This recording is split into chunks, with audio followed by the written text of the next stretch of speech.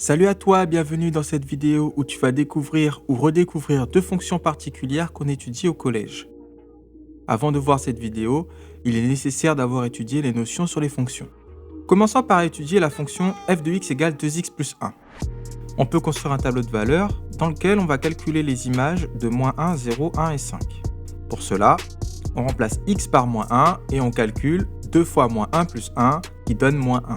On fait pareil avec 0. On calcule 2 fois 0 plus 1 qui donne 1. On calcule l'image de 1, on obtient 3.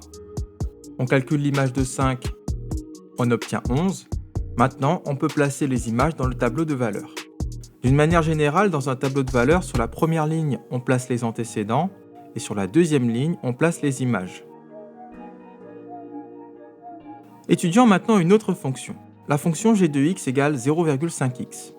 Comme tout à l'heure, on peut construire un tableau de valeurs et calculer les images de moins 2, 0, 1 et 6. On remplace x par moins 2 et on calcule 0,5 fois moins 2. On obtient moins 1. L'image de 0, c'est 0,5 fois 0, on obtient donc 0. L'image de 1 est 0,5. Et enfin, l'image de 6 est 3. Plaçons les images obtenues dans le tableau de valeurs.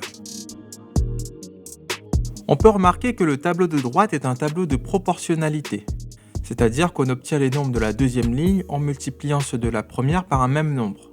Ici, c'est 0,5 qu'on appelle aussi le coefficient de proportionnalité. Bien, intéressons-nous maintenant à la représentation graphique de ces deux fonctions. Comme nous avons calculé l'image de 4 nombres pour chaque fonction, on peut placer 4 points qui sont sur la courbe représentative des fonctions f et g.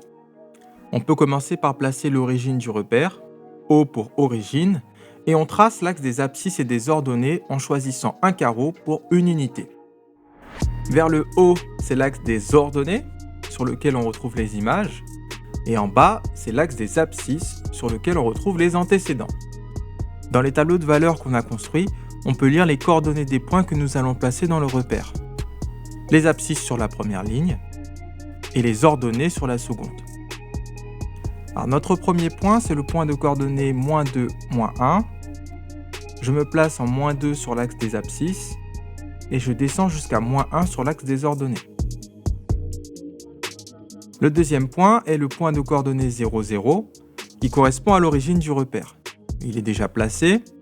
On peut passer au point suivant, le point de coordonnées 1, 0,5. En se plaçant 1 sur l'axe des abscisses et on monte jusqu'à 0,5 sur l'axe des ordonnées. Notre dernier point est le point de coordonnées 6, 3. On se place en 6 sur l'axe des abscisses et on monte jusqu'à 3 sur l'axe des ordonnées. Si on continue à placer d'autres points, on remarque qu'ils sont tous alignés.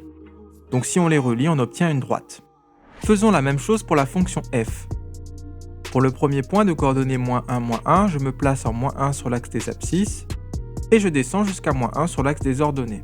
Pour le deuxième point de coordonnées 0, 1, on se place en 0 sur l'axe des abscisses et on monte jusqu'à 1 sur l'axe des ordonnées. On fait la même chose pour le point suivant, on se place en 1 sur l'axe des abscisses et on monte jusqu'à 3 sur l'axe des ordonnées. Pour le dernier point, on se place en 5 sur l'axe des abscisses et on monte jusqu'à 11 sur l'axe des ordonnées. Bien là, on voit qu'on sort du repère, ça signifie qu'on n'a pas pris une échelle suffisamment adaptée pour placer tous nos points. Il faut donc faire attention au choix de l'échelle. Là, si on avait choisi 2 carreaux pour une unité, on aurait pu placer le dernier point. De toute façon, on n'en a pas besoin. En effet, dans cet exemple, les points sont à nouveau alignés, donc si on les relie, on obtient une droite. Dans les deux cas de figure, les courbes représentatives sont des droites.